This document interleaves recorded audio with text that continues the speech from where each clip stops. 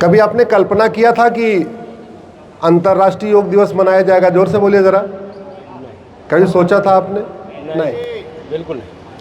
आज मना रहे, इसके लिए एक बार माननीय प्रधानमंत्री जी को धन्यवाद देते हैं। जोरदार तालियों से धन्यवाद दीजिए। केवल हम नहीं मना रहे बल्कि पूरी दुनिया मना रही है।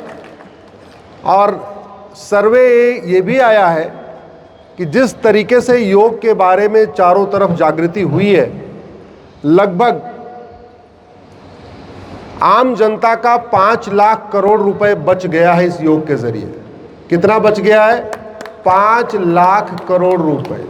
इतना वो बीमारियों में चला जाता। भारत की बात नहीं कर रहा हूं, पूरी दुनिया की बात कर रहा हूं, क्योंकि पूरी दुनिया योग कर रही है। ये अपने आप में बहुत बड़ा चमत्कार है।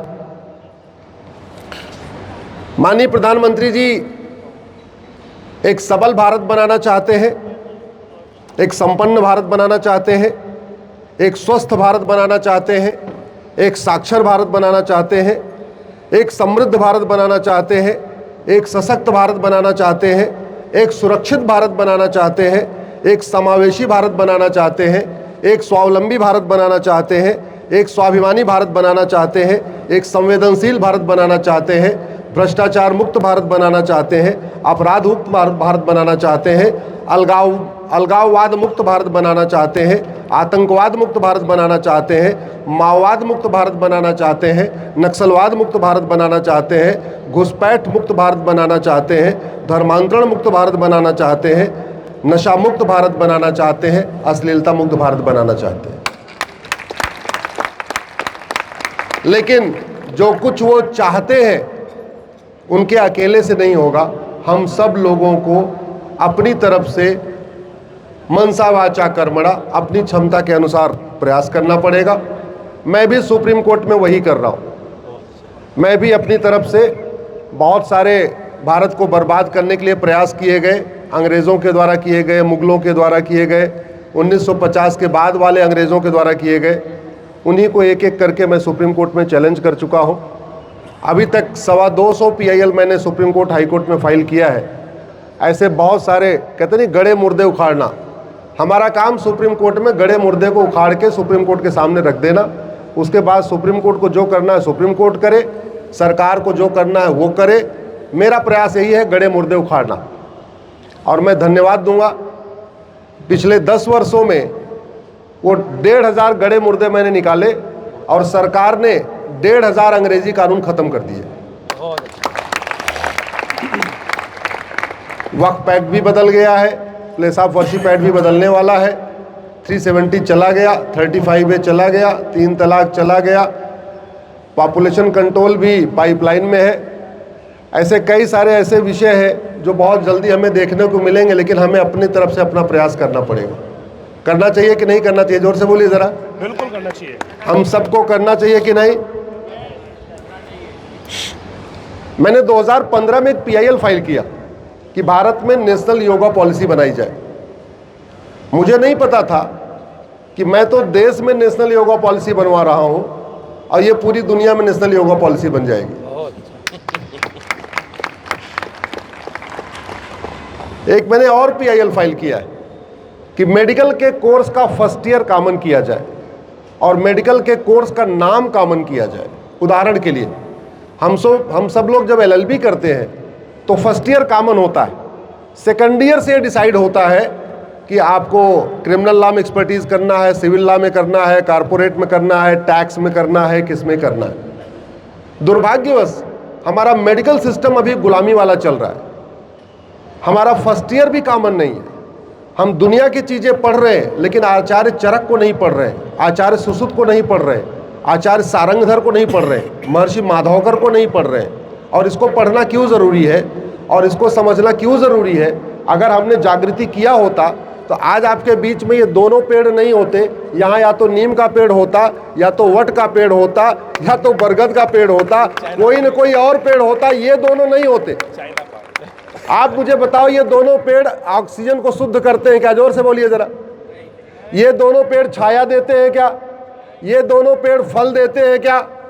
ये दोनों पेड़ देते क्या हैं? सिवाय पानी सोखने के और केवल दिखाने के लिए पेड़ है। ये देते क्या, हमें कुछ देते हैं क्या? जोर से बोलिए, ईमानदारी से बोलिए। हाँ, ये गुलामी की शिक्षा का परिणाम है। हमने ये दोनों पेड़ लगा रखा है। अच्छा, इन पेड़ों के नीचे ये जो बगल लगा हुआ है, ये नीचे वाली घास, ये क्या करती है? ये इसको हम, इसकी पत्ती चाय में डाल के पी सकते हैं क्या? इसकी पत्ती को सीधे खा सकते हैं क्या? ये कोई मेडिकेटेड पौधा है क्या? इससे कुछ भी नहीं हो रहा है। अगर जितना ये छोटा वाला पौधा लगा है, अगल बगल मुझे दिख रहा है, इतना अगर हमने तुलसी लगा दिया होता, मैं गारंटी के साथ कहता हूं आपकी कम से कम 100 बीमारियां दूर हो जाती आपकी सोसाइटी की। आपके इस 2000 घर है आचार्य जी, 2000 फ्लैट्स, 2000 फ्लैट, 2000 फ्लैट का मतलब लगभग 10,000 लोग रहते हैं। आपके इस 2000 के फ्लैट में कितने नीम के पेड़ हैं? जरा ईमानदारी से बताइए, कितने पीपल के पेड़ हैं, कितने बरगद के पेड़ हैं? हमारे देश में तो पंचवटी, आपने सुना होगा ना, पंचवटी, पंचवट होते थे, पंच वृक्ष होते थे। और वो हमारे जो पंचवट थे, जो हमारे 5 वृक्ष थे, वो ऑक्सीजन को शुद्ध करते थे, छाया देते थे, फल देते थे, हमारे लिए फायदेमंद थे।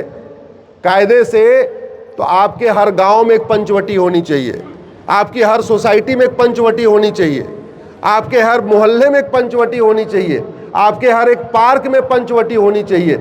लेकिन वो गुलामी की सोच रही, आज तक हमने सोचा ही नहीं हमारे लिए फायदेमंद क्या है, नुकसान क्या है। मैं आप लोगों से आग्रह कर रहा हूं, अपनी बालकनी में कम से कम 2 तुलसी लगाइए, बहुत फायदा होता है। तुलसी के पौधे के साथ जो ऑक्सीजन निकलेगी, आपके पूरे घर को एंटी बैक्टीरिया कर देगी। वो आपके घर में बैक्टीरिया नहीं आएगा, इतना फायदा होता है। तो ये जो हम लोगों के बीच में अशिक्षा का अभाव है, इसके लिए मैंने एक PIL फाइल किया कि भारत में मेडिकल कोर्स में फर्स्ट ईयर में केवल और केवल भारतीय चिकित्सा को पढ़ाया जाए, प्राकृतिक चिकित्सा को पढ़ाया जाए, योग आयुर्वेद को पढ़ाया जाए, नेचुरोपैथी को पढ़ाया जाए, महर्षि वाग्भट को पढ़ाया जाए, महर्षि सारंगधर को पढ़ाया जाए, महर्षि भाव प्रकाश को पढ़ाया जाए, महर्षि चरक को पढ़ाया जाए, महर्षि सुश्रुत को पढ़ाया जाए, महर्षि पतंजलि को पढ़ाया जाए। और मैं धन्यवाद दूंगा, सरकार ने उसके बाद एक आयुष मंत्रालय बनाया। ये मैं आयुष मंत्रालय की पहले की बात बता रहा हूं। आयुष मंत्रालय बना है, वो इस विशेष रूप से बना है योग आयुर्वेद नेचुरोपैथी को प्रमोट करने के लिए। लेकिन अभी वो वाला काम बाकी है कि फर्स्ट ईयर कॉमन हो। दूसरा, मेडिकल के कोर्स का नाम भी कॉमन होना चाहिए। LLB आप किसी भी फील्ड में करो, आपका कोर्स LLB कहलाता है। इंजीनियरिंग आप किसी भी फील्ड में करो, आपका कोर्स BTech कहलाता है। ऐसा है कि नहीं है? आप सिविल से करो, मैकेनिकल से करो, इलेक्ट्रिकल से करो, इलेक्ट्रॉनिक्स से करो, कंप्यूटर साइंस से करो, आपके कोर्स का नाम क्या होता है? जोर से बोलिए जरा, BTech। ऐसे ही मेडिकल के कोर्स का नाम कॉमन होना चाहिए। अगर BM BS करना है, जो भी करना है वो कॉमन होना चाहिए। ये BAMS अलग, BHMS अलग, MBBS अलग, ये अलग क्यों भैया? फर्स्ट ईयर का कोर्स कॉमन करिए, जैसे MBA का फर्स्ट ईयर कोर्स कॉमन होता है, इंजीनियरिंग का फर्स्ट ईयर का कोर्स कॉमन होता है, लॉ का फर्स्ट ईयर का कोर्स कॉमन होता है। और MBA आप HR से करो, मार्केटिंग से करो, फाइनेंस करो, इंटरनेशनल बिजनेस करो, डिग्री का नाम क्या होगा? MBA। BTech किसी भी आप ब्रांच से करो, नाम क्या होगा? BTech। LLB आप किसी भी फील्ड में करो, नाम क्या होगा? LLB। ऐसे ही मेडिकल का कोर्स, ये जो अंग्रेजों के ज़माने से 4-5 अलग अलग नाम चल रहे हैं, ये कॉमन होना चाहिए, एक होना चाहिए। एक मैंने उसके लिए PIL फाइल किया है। आयुष्मान योजना चल रही है, दुनिया की सबसे बड़ी योजना चल रही है। उसमें थोड़ी सी और सुधार की ज़रूरत थी। अब उसमें ये कर दिया गया, पता नहीं किसने, वो बाबुओं ने कर दिया लगता है, कि जिसके 6 से कम परिवार हैं उनको कार्ड बनेगा ही नहीं भैया, नहीं इसमें नहीं, आयुष्मान भारत में। और दूसरा, नाम रखा उसका आयुष्मान, उसमें आयुष ही नहीं है। नाम रखा आयुष्मान, उसमें आयुष ही नहीं चल रहा है विचार उसमें। तो उस पर भी विचार मैंने सुप्रीम कोर्ट में PIL फाइल किया और सरकार को धन्यवाद दूंगा, उन्होंने उस पर विचार कर दी। कई बार क्या होता है, प्रधानमंत्री जो चाहते हैं नीचे में बाबू कुछ बैठे रहते हैं, वो खेल कर देते हैं। कई बार वो कर देते हैं क्योंकि उनकी मानसिकता कुछ विदेशी चलती रहती है। मेरा मानना है भारत को अगर सशक्त बनाना है, समृद्ध बनाना है, तो कम से कम 8वीं तक आपको योग और हेल्थ साइंस अनिवार्य करना होगा आपके स्कूलों में, और उसके लिए प्रयास शुरू हो चुका है। एक प्रॉपर बाकायदा सब्जेक्ट के रूप में करना होगा। आज की डेट में इतनी बीमारी बढ़ रही है और हम कहते हैं prevention is better than cure. हम लोग कहते हैं ना prevention is better than cure. हमारा जो अपना ये आचार्य जी हरित योग पे आज आप लोगों से बात करने वाले, हमारा जो योग सिस्टम है, हमारा नेचुरोपैथी है, हमारा जो आयुर्वेद है, ये प्रिवेंशन पे काम करता है, जबकि विदेशी चिकित्सा व्यवस्था क्योर करती है। और एक और भी अंतर है जो मैंने खुद रियलाइज किया। हमारे पिताजी का घुटना खराब हो गया, मैंने एम्स में दिखाया, बोले ट्रांसप्लांट करना पड़ेगा। राम मनोहर लोहिया दिखाया, बोले ट्रांसप्लांट करना पड़ेगा। स्कॉट फोर्टिस दिखाया, बोले ट्रांसप्लांट करना पड़ेगा। पिताजी बुजुर्ग हैं हमारे। उसके बाद मैंने कहा लाओ आयुर्वेद में, नेचुरोपैथी में कोशिश करते। स्वामी रामदेव जी से बात किया, बोले सब लोग कह रहे हैं ट्रांसप्लांट करना पड़ेगा, तो हो सकता है करना ही पड़े, लेकिन एक बार फिर भी आप पतंजलि ले आओ। 25 दिसंबर 2002 को मैं पिताजी को लेके गया, वहाँ हरिद्वार ले गया, और 3 जनवरी 2023 को पिताजी आराम से एकदम टहलने घूमने लग गए। जैसे आप बैठे हैं ऐसे वो बैठने लग गए, इंडियन टॉयलेट पे बैठने लग गए, और पूरा एकदम फिट। कहाँ, एक तरफ दिल्ली के 3 सबसे बड़े हॉस्पिटल राम मनोहर लोहिया, एम्स और स्कॉट फोर्टिस कह रहे थे ट्रांसप्लांट कराओ, और वहीं दूसरी तरफ लगभग 5 लाख रुपए का खर्चा भी आ रहा था, और वहीं दूसरी तरफ 10 दिन के अंदर एकदम बिल्कुल फिट हो गए हैं। ये है हमारे आयुर्वेद का प्रभाव, ये है हमारे योग का प्रभाव, ये है हमारे नेचुरोपैथी का प्रभाव। हमें पता ही नहीं है। और एक और भी फायदा आपको बताता हूं, हमारी चिकित्सा व्यवस्था में एक बीमारी का इलाज करो, 3 बीमारियां फ्री में ठीक हो जाती हैं।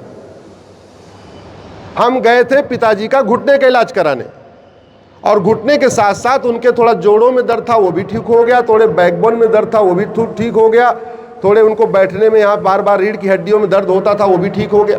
हम गए थे एक बीमारी का इलाज कराने, और 3 साथ में फ्री में ठीक हो गई। जबकि मैं विदेशी चिकित्सा का विरोधी नहीं हूँ, लेकिन ये कह सकता हूँ कि जब विदेशी चिकित्सा में इलाज कराते हैं तो एक बीमारी का इलाज कराते हैं, वो तो ठीक होती है, लेकिन उसका साइड इफेक्ट ये होता है कि 5 साल के बाद, 3 साल के बाद एक दूसरी शुरू हो जाती है।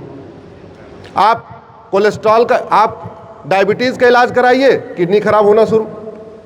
आप कोलेस्ट्रॉल का इलाज कराइए, बीपी बढ़ना शुरू। बीपी का इलाज कराइए शुरू, लीवर में दिक्कत शुरू। तो एक का इलाज कराइए तो एक दूसरी साथ में काउंटर शुरू हो जाती है। वहीं दूसरी तरफ हमारी चिकित्सा व्यवस्था, तो इसलिए अब समय आ गया है कि पहले ये देखा जाए कि कौन सी बीमारी के लिए सबसे बढ़िया कौन सी चिकित्सा व्यवस्था है। अगर किसी बीमारी का इलाज तुलसी का पत्ता खा के हो सकता है, चिरायता का पत्ता खा के हो सकता है, पीपल का पत्ता खा के हो सकता है, नीम का पत्ता खा के हो सकता है, तो उसके लिए सिंथेटिक ड्रग लेना चाहिए क्या? जोर से बोलिए जरा। नहीं। जिन बीमारियों का इलाज नेचुरल वे में हो सकता है, योग प्राणायाम के जरिए हो सकता है, योग आयुर्वेद के जरिए हो सकता है, उनके लिए मुझे लगता है कि नहीं, अब हमें समय आ गया है। और भारत, माननीय प्रधानमंत्री जी ने इस तरफ बहुत ध्यान दिया है, नीति आयोग भी इसके ऊपर काम कर रहा है। लगातार कोशिश उनकी ये है कि योग प्राणायाम अपनी तरफ से बढ़े, हम वापस जीवन शैली जिए। और एक बात मैं कहना चाहूँ, स्वस्थ रहना चाहते हैं तो भोजन के रूप में जैन बन जाइए। कोई जैन बैठा है क्या इधर? बैठे हैं क्या जैन? भोजन कितनी बार करना चाहिए और कब से कब तक? सूर्योदय से सूर्यास्त के बीच में। मैं सही बता रहा हूं, जब से मैं जैन बना हूं भोजन के मामले में, जब से भोजन के मामले में जैन बना हूं, इतना सुकून है, इतना सुकून है। अब वो एक बार कह रहे हैं, मैं तो आपको एक और ऑफर 1+1 का ऑफर दे देता हूं, आप 2 बार करिए, लेकिन तीसरी बार मत करिए। मैं गारंटी के साथ कहता हूं, आपके घर से बीमारी गायब। ये बाजारवाद, उपभोक्तावाद ने हमें एक कहते नहीं सामान हमें उपभोग करने की मशीन बना रखा है, हमने अपने शरीर को पूरी तरीके से एक मशीन बना दिया है कि ठूसो ठूसो ठूसो। भोजन के मामले में जैनिज्म फॉलो करिए, ध्यान के मामले में बुद्धिज्म फॉलो करिए, शौर के मामले में सिखिज्म फॉलो करिए, और अल्टीमेटली क्या फॉलो करिए? सनातन फॉलो करिए। आपकी सारी समस्याएं खत्म हो जाएंगी, सारी समस्याएं खत्म। सामने से कहीं दिक्कत आ रही हो, सिख बन जाइए, गुरु गोविंद सिंह जी को याद करिए, उनके तरीके से विरोध करिए। सुबह सुबह ध्यान करना है भगवान बुद्ध की तरीके, विपासना जैसे करते हैं, सांसों का ध्यान, अनुलोम विलोम विपासना, ये सब लगभग मिलता जुलता है। भोजन एक बार सूर्योदय के बाद, एक बार सूर्यास्त से पहले, 2 बार, आपकी 50% बीमारी खत्म। मैं गारंटी के साथ कहता हूं, शुद्ध सनातन को फॉलो करिए। कोशिश करिए महर्षि पतंजलि को पढ़ने के लिए, कोशिश करिए वाग्भट जी को पढ़ने के लिए, कोशिश करिए ऐसे आचार्य जी जैसे लोग बहुत सारे वीडियो बीच बीच में रिलीज करते रहते हैं, इनको सुनते रहिए। कोशिश करिए अपने हमारी चिकित्सा व्यवस्था को फॉलो करने के लिए।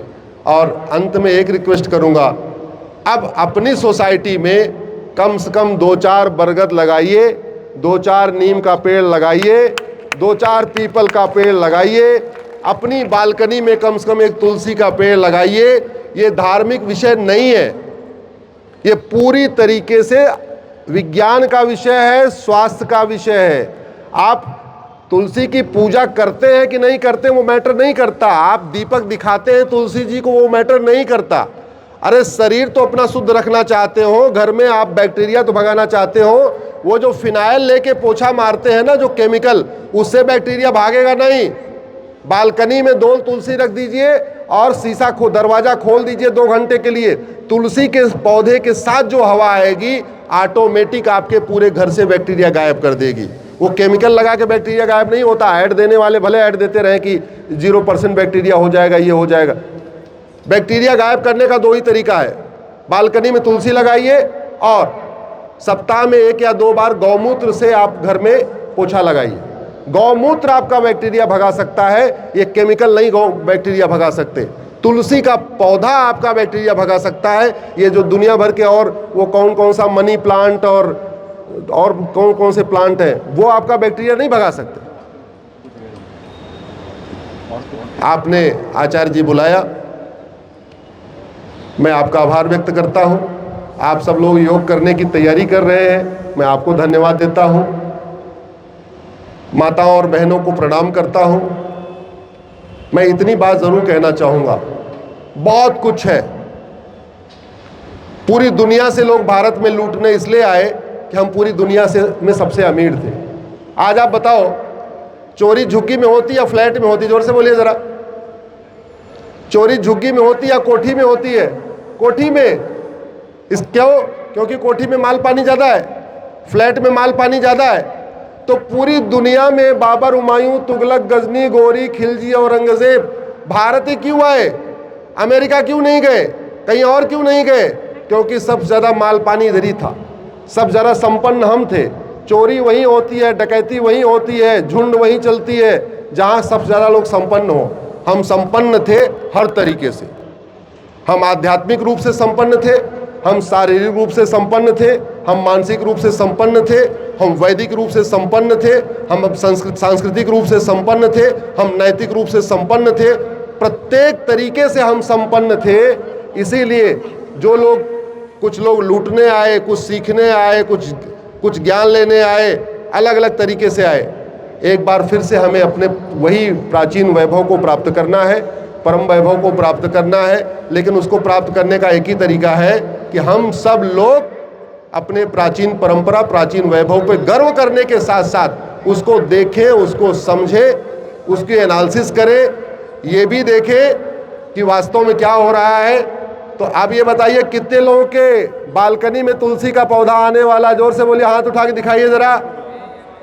कितने लोगों के बालकनी में तुलसी का पौधा आएगा? सबके आएगा? दोनों हाथ नहीं उठ रहा है पीछे से? हाँ। कितने लोगों के घर में अब कम से कम सप्ताह में 1 या 2 बार गौमूत्र से पोछा लगेगा? ले आइए, लगाइए, घर शुद्ध हो जाएगा, बच्चों की तबीयत नहीं खराब होगी। ये जुखाम उखाम जो होती है ना बच्चों को, नाक बहती रहती है, ये आधी समस्या आपके तुलसी के पौधे और गौमूत्र से ठीक हो जाएगी। ये मैं गारंटी के साथ कहता हूँ। हालांकि मैं वकील हूँ, मैं कोई योग का टीचर नहीं हूँ, लेकिन पहले मैं इंजीनियर था, आजकल वकालत करता हूँ। लेकिन जो जितना मैंने समझा है और जितना मैंने अपने घर में रियलाइज़ किया, उसका फ़ायदा आपको बता रहा हूँ। सब लोग स्वस्थ रहेंगे, इसी कामना के साथ आप सबको धन्यवाद देता हूँ। बहुत बहुत आभार, बहुत बहुत धन्यवाद। भारत माता की, भारत माता की, भारत माता की। वैसे योग का कार्यक्रम है, लेकिन फिर भी आपसे आग्रह करूँगा, एक बार आप लोग जरा खड़े हो जाइए।